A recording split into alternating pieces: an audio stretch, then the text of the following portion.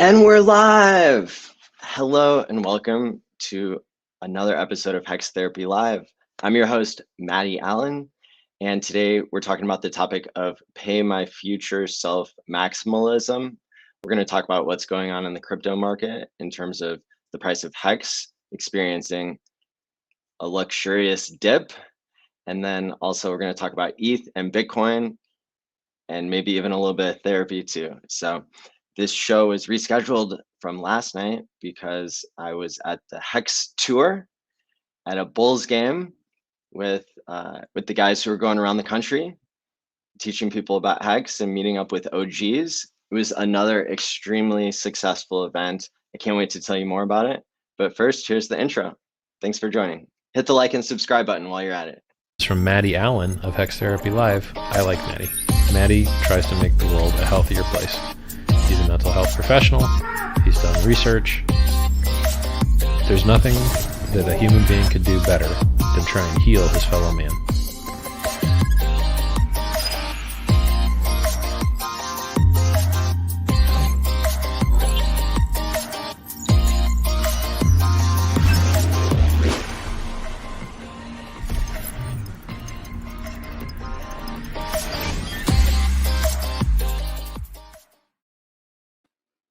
Welcome back. So as I said before, we are in Chicago. We're going to be doing a workshop today. I'm predicting that it's probably going to be the biggest, best one yet.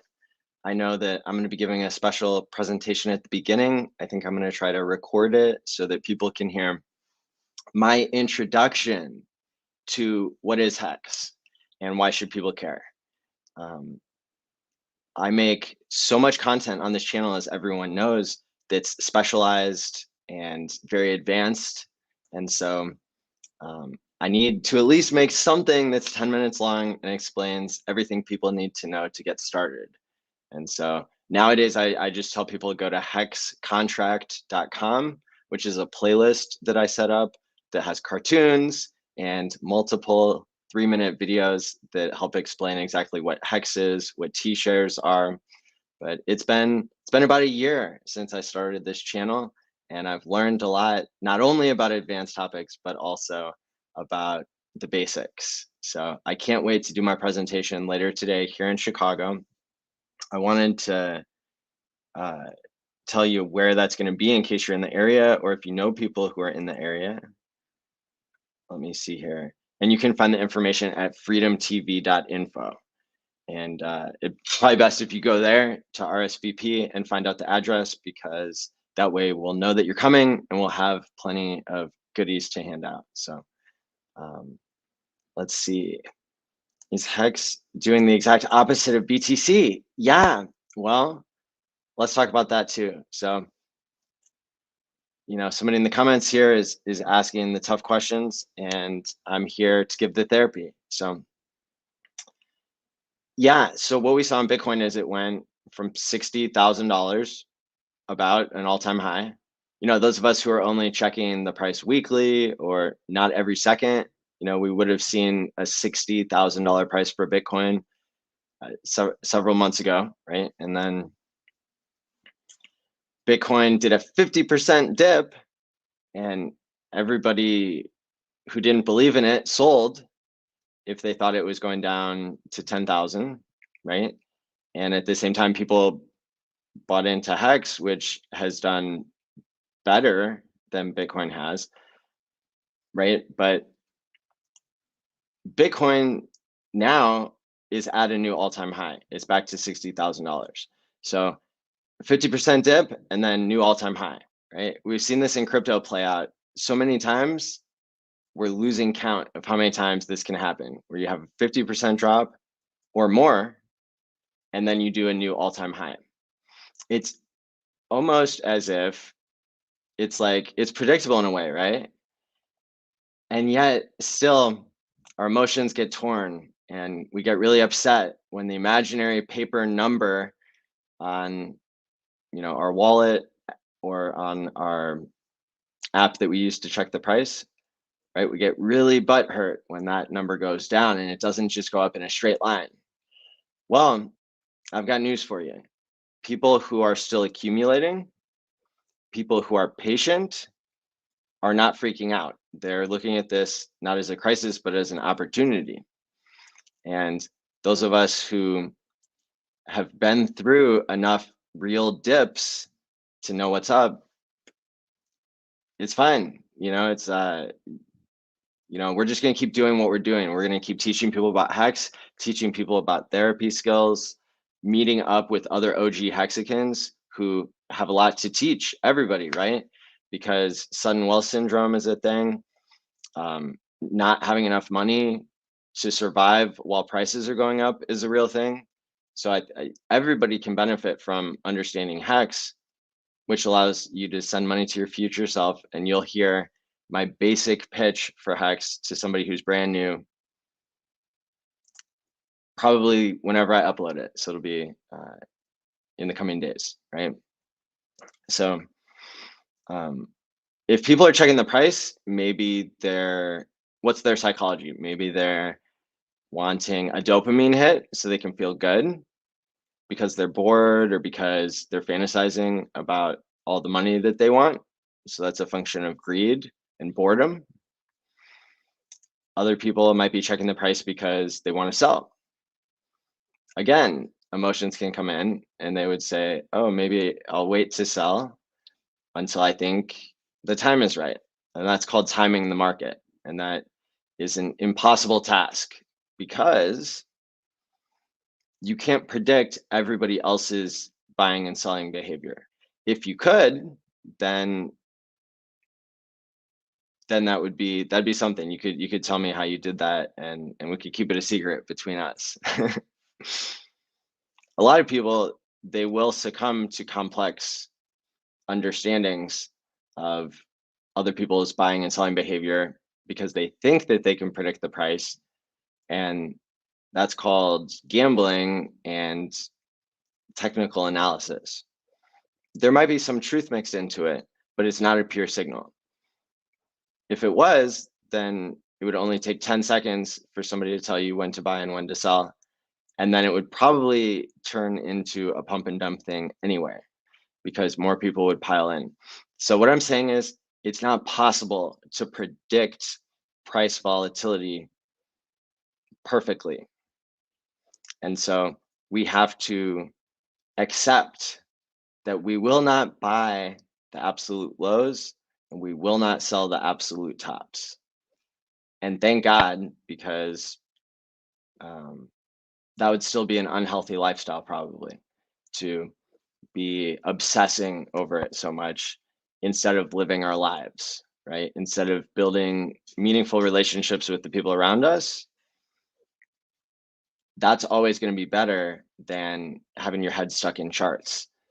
So now I'm not going to encourage people to gamble responsibly, because I don't think that it's very easy to do that, because the more you gamble, the more you'll get exposed to advanced tactics that casinos and trading houses and middlemen have designed to suck you in. But can you check the price responsibly? Well, I'm going to let you answer that one, but it's a good question, right? How often should you be checking the price?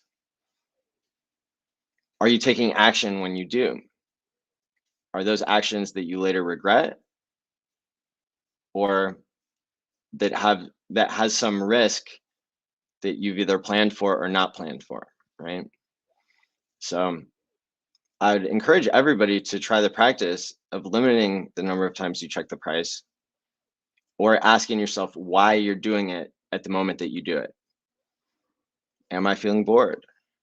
Am I feeling upset? Am I feeling happy, right?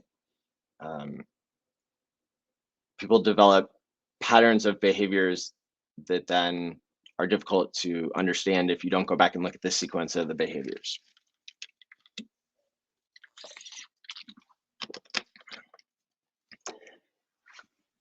Don't get me started on other YouTubers, and you know who you are. I don't think it's very responsible to be funding people out of Hex right now. I don't think it's responsible to be using titles that strike fear into people's minds. So you're not going to find that here. I don't need more views. I appreciate all of the people who watch my channel because they want to improve themselves, because they want to understand more advanced topics in Hex, because they want therapy skills, because they know that I'm going to tell the truth about things, right? That I'm not going to abuse the relationship between the podcaster and the viewer, right? Because I'm a viewer too. And I get upset. So I get upset when I'm listening to other people inside the Hex space, even outside the Hex space, right? That I don't pay attention to as much.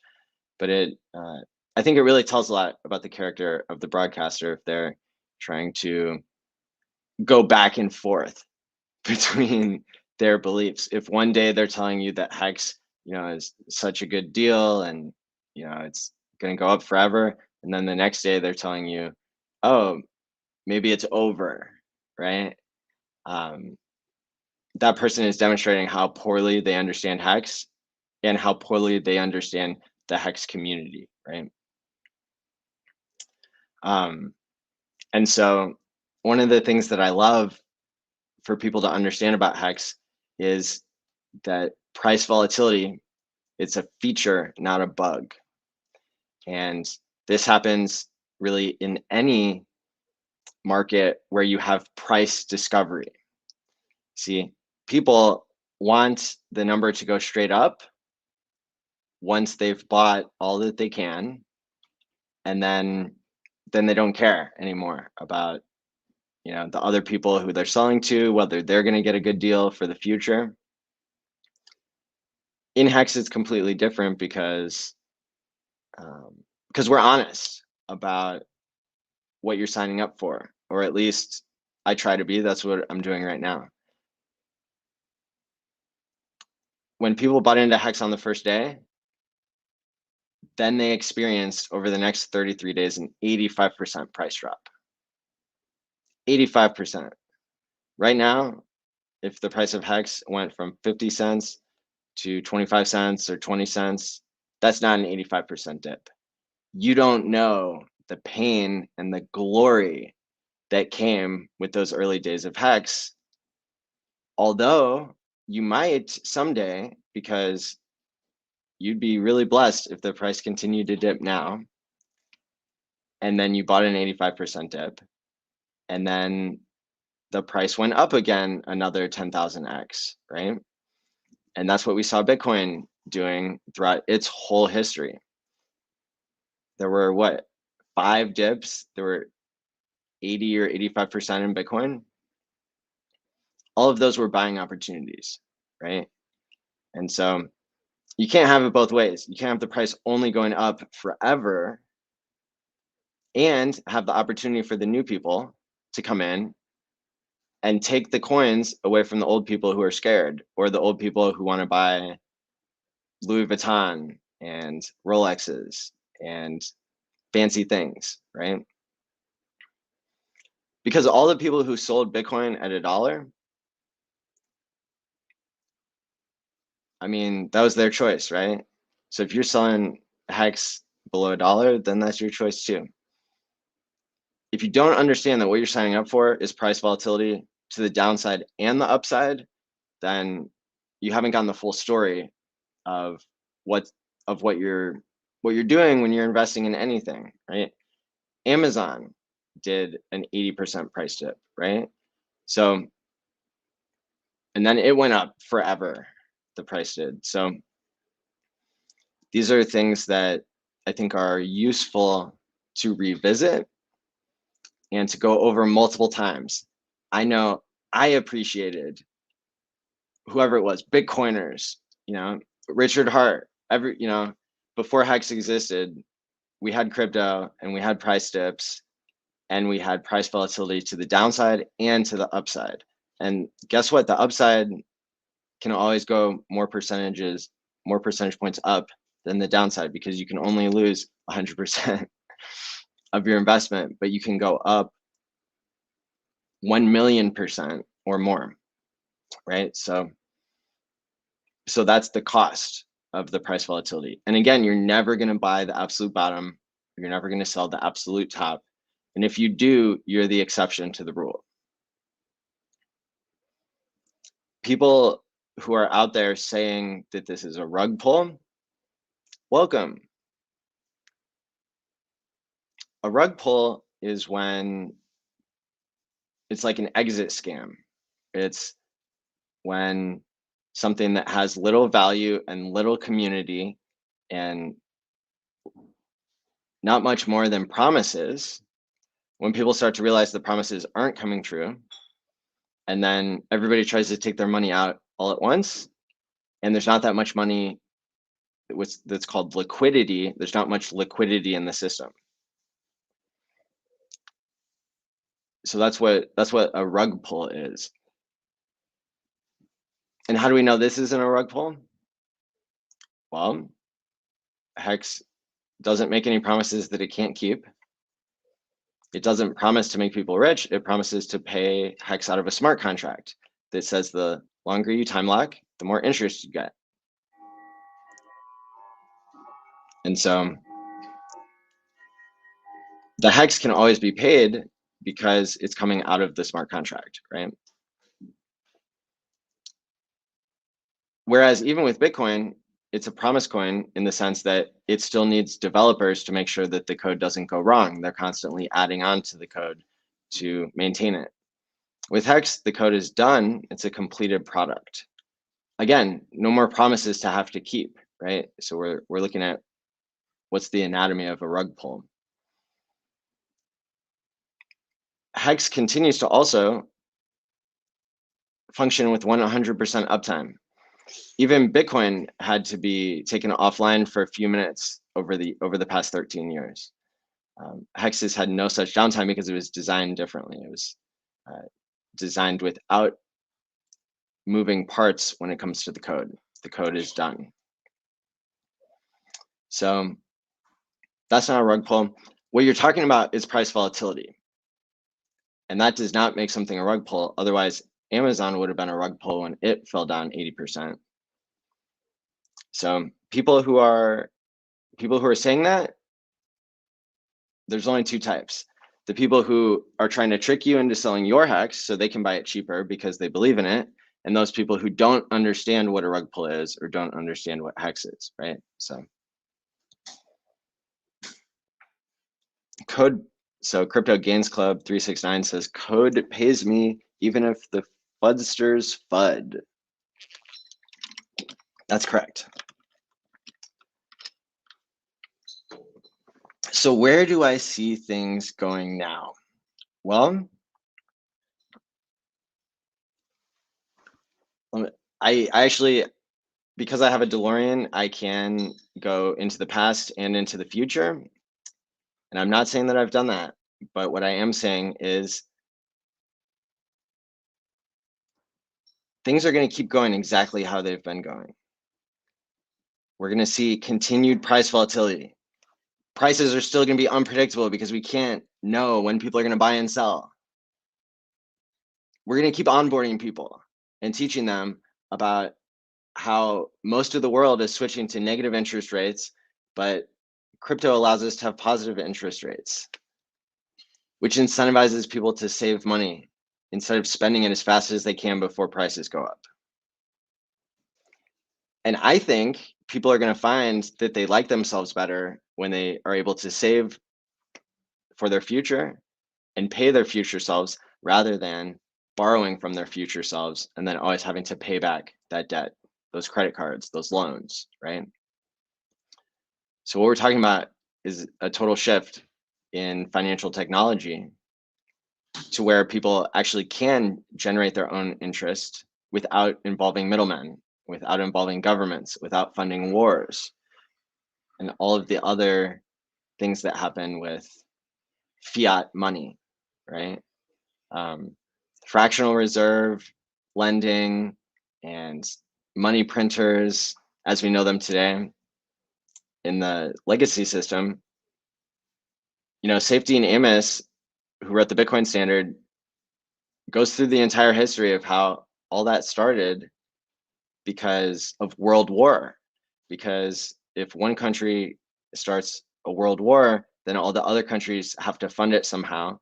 And people don't want to give up their gold or their real money to go fight some threat that's really far away. And so the governments just had to find a way to print more money, and that's how they funded the war.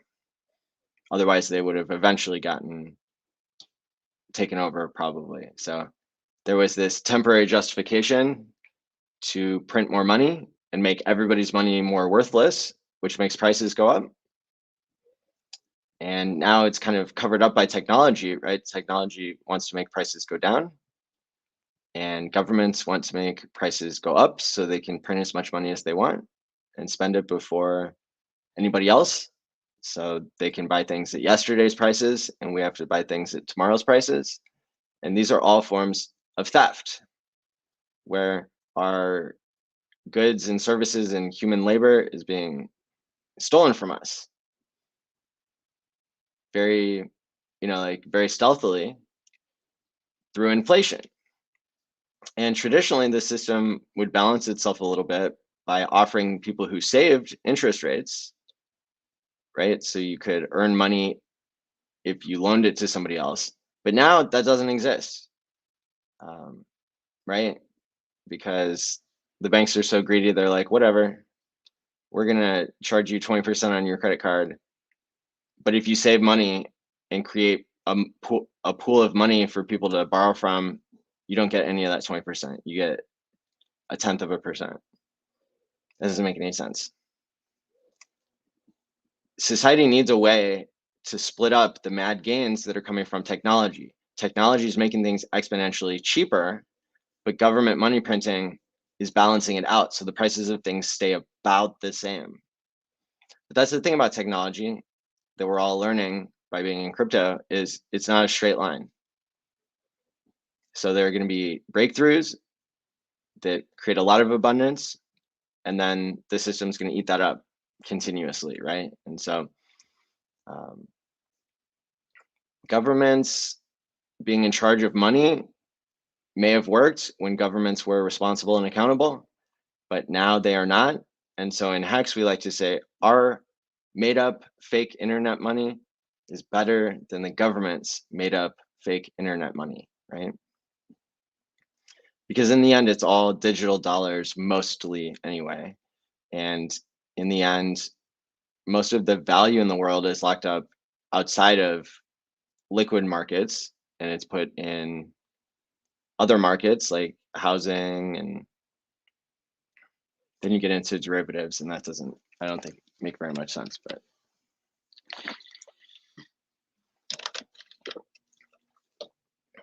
we can save that for another day. So I know you're asking about Hex, and I know you're asking like what is predictable, and I know you mean the price. And I'm intentionally not answering that directly because there are so many other things that we can predict. We can predict that the government's going to keep printing more money. We can, and inflating the price of things. We can predict that prices are going to keep going up. We can predict that politicians are going to continue to lie.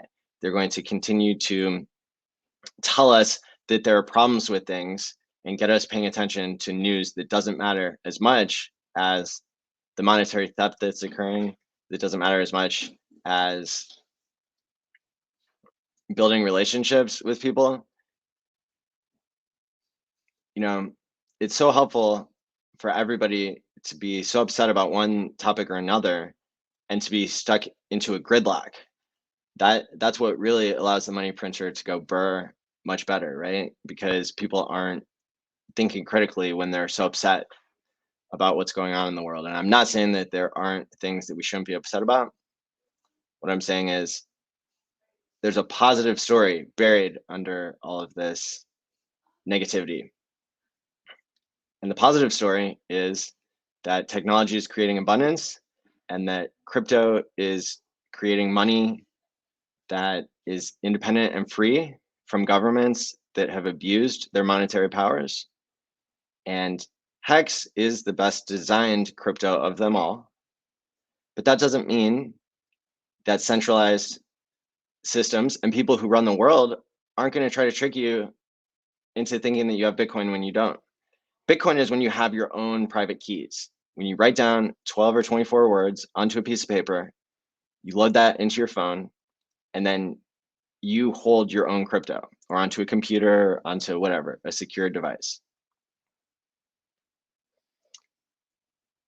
Crypto is not what Michael Saylor is talking about, where his company borrows $1 billion and then buys $1 billion worth of Bitcoin and never lets anybody see it and never does anything with it.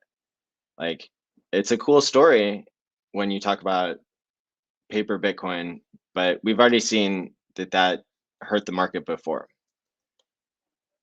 What's worse is this whole idea that, you know, Bitcoin is perfect, and that the Bitcoin maximalism. I think I used to be a Bitcoin maximalist once upon a time, and then I updated my worldview and I kept learning more information.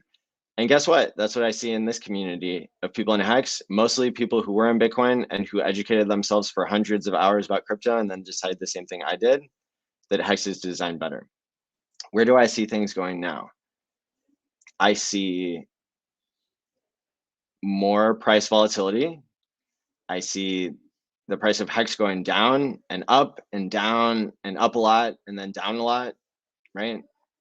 And I see people learning how to cope with that better. People learning what price discovery is, what the ups and downs are of it, right? And a lot of people are going to get hurt by their gambling side, and then other people are going to be helped by their patient side. And I also see me doing a show next Thursday about Hex Therapy, and it being the 1-year anniversary of Hex Therapy. Yay! I'm gonna move on to the next question, because I was ranting and I know people like that. Oh yeah, also, if you think that Hex is a rug pull, somebody named Overwatch will bet you $1 million that you're wrong. And so don't forget about that. If you're so smart and rich that you know the difference between a rug pull and not, then you can take a bet with somebody who's willing to put their money down on that. Let's see, shout out to everybody in the comments. It's great to see 100 people here with me on a Friday afternoon, and thousands more on the replay. David says, as much as I love spaghetti, I would not like my code to be spaghetti-like. It's a very good point. What's up, Finbear? Sandy B? John, how's it going? Exercise instructor. We earn percentage yield on our deposit over time. Interest makes the SEC more interested. How's it going, Freddie?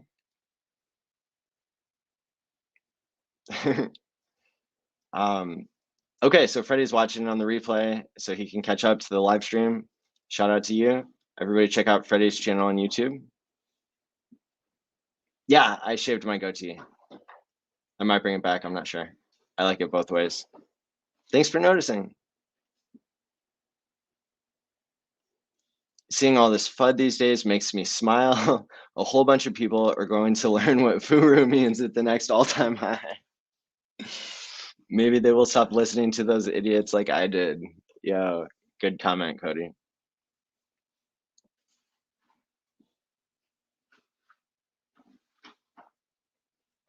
Grayscale was great until they started running a negative premium. That's right. Great stream, McFly. Hey, thanks. I love the positivity here. Hey, Maddie, I hardly recognized you with your hair tied up. Oh, yeah.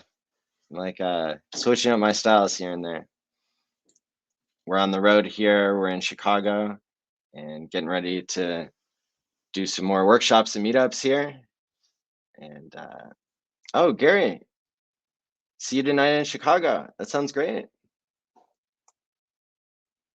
What's my opinion on Hex ethics with collaborating with other communities or having holders from other communities? Great question, Kevin. I think a lot of people try to clout chase and try to use advanced strategies to pick off people to like advertise their shit coins. And so we see that a lot in our community when people are promoting Pulse Doge and other coins that people will gamble and speculate on, but that don't have a strong underlying use case other than gambling and speculation. And so some YouTubers, such as myself, want to limit that, but also like the free speech and like the example to point out why we believe certain things about certain coins, and really try to strike a balance between educating you, but also not taking responsibility for what you're going to do. So that's part of the whole idea that this is not financial advice. This is for entertainment purposes only. By the way, this is not therapy or medical advice either, right? This is just trying to educate people. So I think that the ethics come down to asking that of each person, right? Ethical discussions allow us to discover what our ethics are and to understand where the line is between our different values and beliefs and how we operate. And I think that there are some really good examples out there of members of the community who are in multiple coins, such as Dollar Cost Crypto and Crypty Girl. They are both people who have represented more than one coin responsibly. Whereas, I'm not going to name any names, but there are a lot of scammers out there that have come through and tried to promote something that was harmful to people. And so it just, yeah, it's a good question to ask about the ethics of other communities.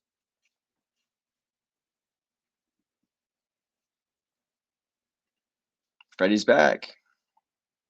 I do not check messages on all the platforms that I'm on. Twitch is kind of a backup streaming place for me. Sometimes YouTube goes down, very rarely, but I would say a couple times a year it goes down. And so then people can just switch over to Quant Gang stream on Twitch. But I don't have the ability to check all the messages on every platform. The best way is Twitter and Telegram. And then I can't guarantee that I'm going to get to it very soon because there are so many messages. If you're an OG, then you're going to know about some OG channels that you can try as well. So those are all ways that you might be able to message me. Also, I mean, when people put comments in the live streams, that's probably the #1 way people get a hold of me.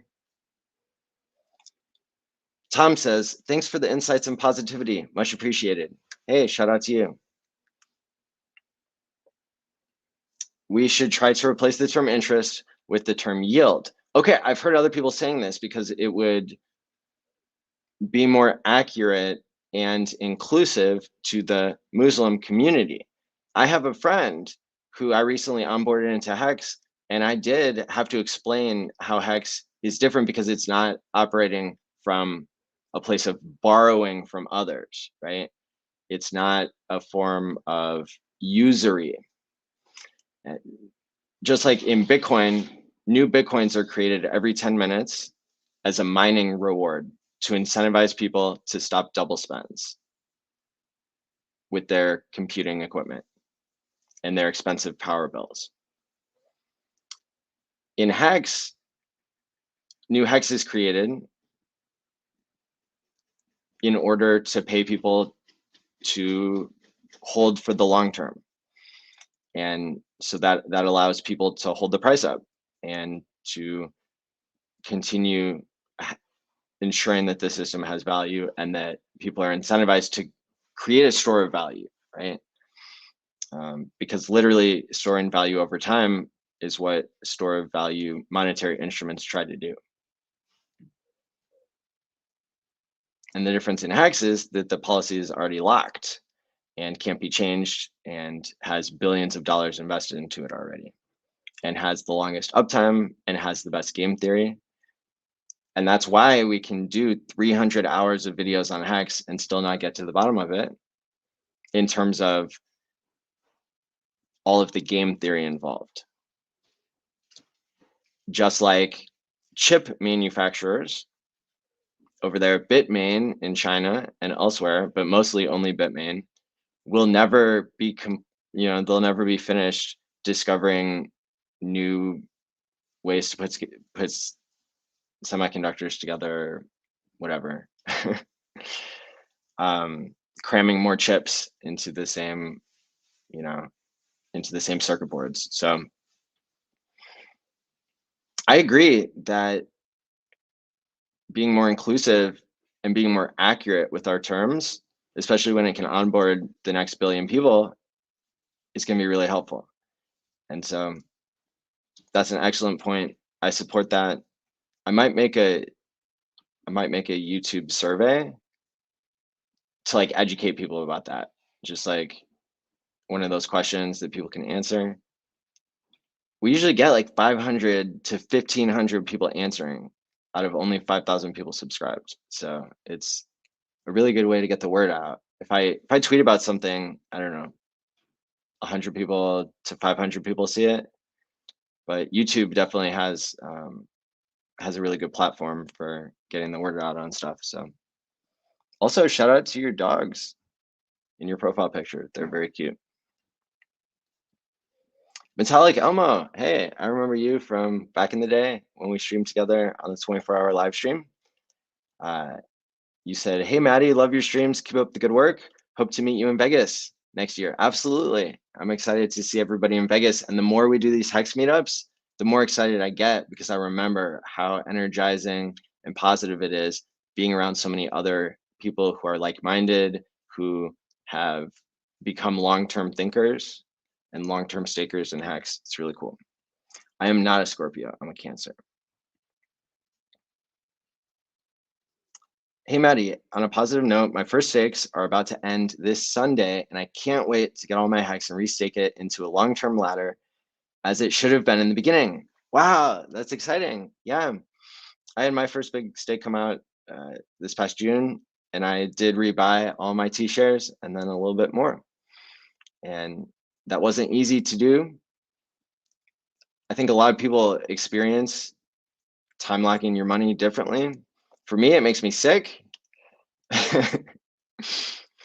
Delaying gratification is not supposed to be a super pleasurable thing, but it is the basis for creating value into the future. And so I always like to give the other side of that coin because I know a lot of times we talk about buying T-shares and time locking Hex as such a positive thing, but I want to remind people that when you're actually doing it, when you're actually saying, I'm going to save this money into the future and I'm going to make it so I can't touch it now, that can be a painful event, and that's okay, right? No pain, no gain. But if you're positive and if you're excited about that, that's even better, right?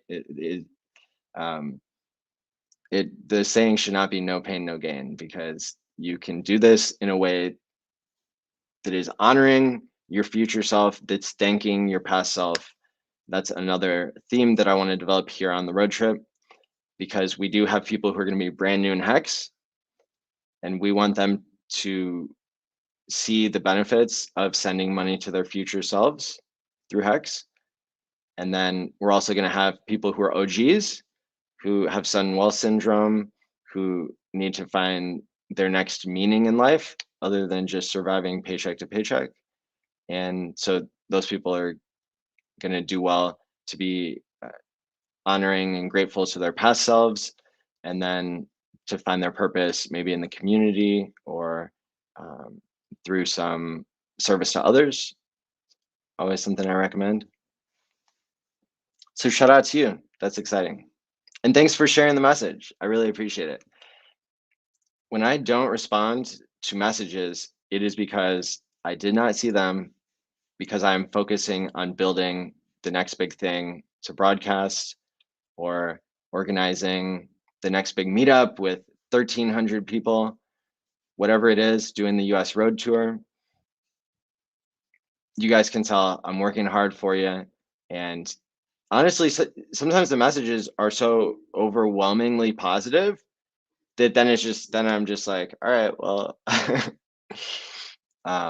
it's almost too much sometimes. And I'm not sure how many communities can say that, but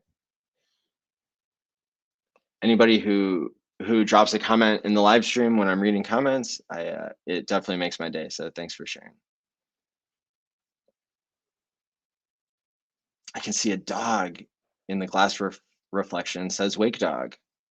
That's right. Yeah. She's around here somewhere. What's up, Marcavelli? Hey, gang. HexTicket.com. That's right, Freddie. Thanks for plugging the website. And it's pinned and in the description below. Freddie says, go buy your conference ticket if you haven't yet. That's right. I've been telling people, a lot of people that I've been meeting up with here, to remind them how this works. And that's maybe one of the final points that I'll say here in this rant. The way that the Hex conference is working is we're fundraising. So you buy a ticket for the fundraising, and then that ticket that you bought becomes your conference ticket. The reason we had to do that is because with COVID, Eventbrite has made it so we can't take money out until after the event, but we need to pay the venue, have a contract signed, we need to buy all the food, merch that we're giving out included in the ticket, the conference space for 4 full days of 8 hours, with a full staff of people who know how to run a conference. So that's why we're asking you to get your ticket now. And you can get that at hexticket.com. And then so far so good, but we really need to push now because we're in our final talks on the contract, and that's why we need to raise all the money in order to fund the conference. And shout out to everybody who already got a ticket.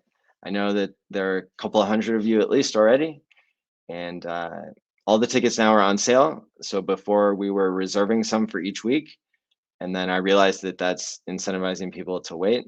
And so because we need the money now to put the down payments, go ahead and get your ticket now for the Hex conference. It's going to be amazing.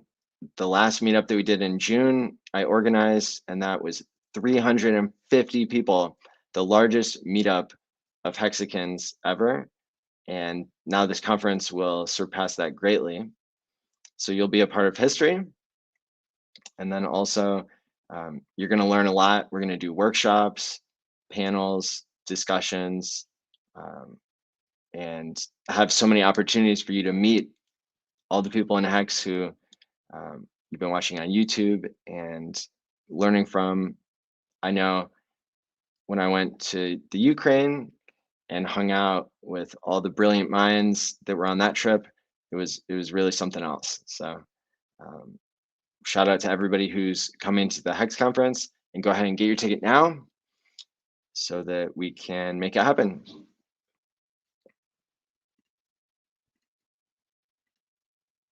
Awesome. So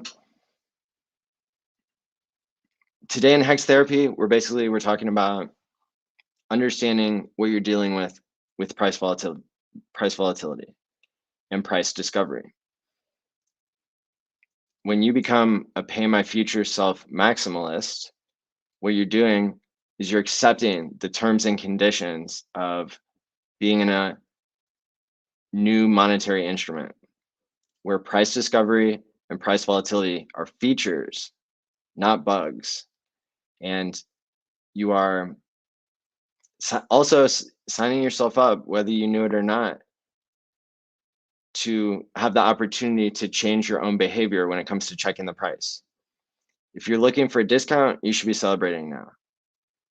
If you're looking to cash out, you need to understand that timing the market was never a possibility anyway. And you're probably up by a lot if you were a long-term staker. And if you were a short-term staker, just like the gentleman in the comments said, he's excited because now he's going to send money to his future self in multiple different years by creating a staking ladder. So people who are not pleased with the price now, there are also going to be people who, are living stake to stake instead of paycheck to paycheck. And again, you can't change the reality that the timing wasn't right for you to sell at the all-time high. And it never could have been, because if everybody sold at the all-time high, then it wouldn't be an all-time high, because there were too many people selling and not enough people buying. So patience is key. Other times you're going to sell because you have to, and then you're going to get a lower price, but that was the only price you could have gotten because you had to sell then. So it's about being honest with yourself. It's about increasing your emotional control. You can take omega 369 and increase your emotional control that way by having better nutrition, as long as you're not on blood thinners. Check with your doctor, or get it as a dietary source by eating fish or other sources of omega 3 that people will say in the comments. If you're new, welcome. If you're OG, I'm glad you're still learning and participating in the live streams. But again, it's not going to happen where you can predict other people's buying and selling behavior. So I don't know what the price of Hex is going to do in the short term. There are things that we do know. We do know that fiat money system is messing up whenever the price of things go up. We know that governments have a bad history of making money worthless. We know that Bitcoin still needs developers and Hex doesn't. We know that Hex incentivizes people to be more long-term thinking by giving them more interest or yield.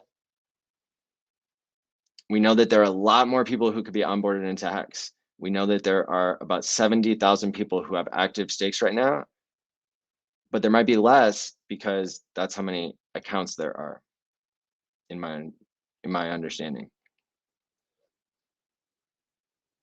Bitcoin has 100 million users. So we're still early in Hex in terms of the population of stakers. And we think that Hex is designed better than Bitcoin for a number of reasons that I just stated, right? So what do you think the price is going to do? And by the way, the correct answer is continue to go up and down and not up in a straight line. So what I did, I dollar cost averaged in. So I said, I'm going to buy every week, or I'm going to buy every time there's a 20% dip. And then if there was another 20% dip, I took some more Bitcoin or Ethereum or my paycheck and I put it in. And I hated it. I hated buying dips. I still do. It's painful to me. Should not feel good buying when the price of something goes down, right? But if you believe, that's what you're getting rewarded for. And listen, people who bought at all-time highs, most of them are doing okay in the long term too, right? As long as you don't sell at the all-time low. People who bought and held, even when the price peaked at a penny, and then it peaked at 2 pennies, and then it peaked at 5 cents, right? And then it went down. Then it went all the way up to 10 or 14 cents, and then it went down. Then it went up to, then it really didn't go down much after that, right? Because Pulse Chain was announced and all that. Then it went straight up to 55 cents. Y'all are spoiled, right? If you got to watch the price go up to 55 cents, you are spoiled, rotten. And so if you averaged the monthly price or the quarterly price of Hex, you wouldn't have ever seen the 55 cents because it wasn't around very long. And so it wasn't real in that regard. Like, you couldn't have sold it if you're staked. You couldn't have sold it if everybody else sold it too. So the true price is the price that you get when you're ready. And you might be trying to time the market, or and that's expensive, right? Like, it's expensive to try to time the market because you can't know when other people are going to buy and sell. And if you tell yourself a story because you're looking at charts and you're spending all your time trying to figure out how you can be the only person in the world who figures out how to know when other people are buying and when other people are going to sell, let me know. Direct message me and I will read that message immediately, right? It's not possible. So we can stop pretending like we can know the short-term price of things, and then we can base our understanding on fundamentals and pumpamentals and game theory and what gives Bitcoin value. And those are deeper conversations that I hope to summarize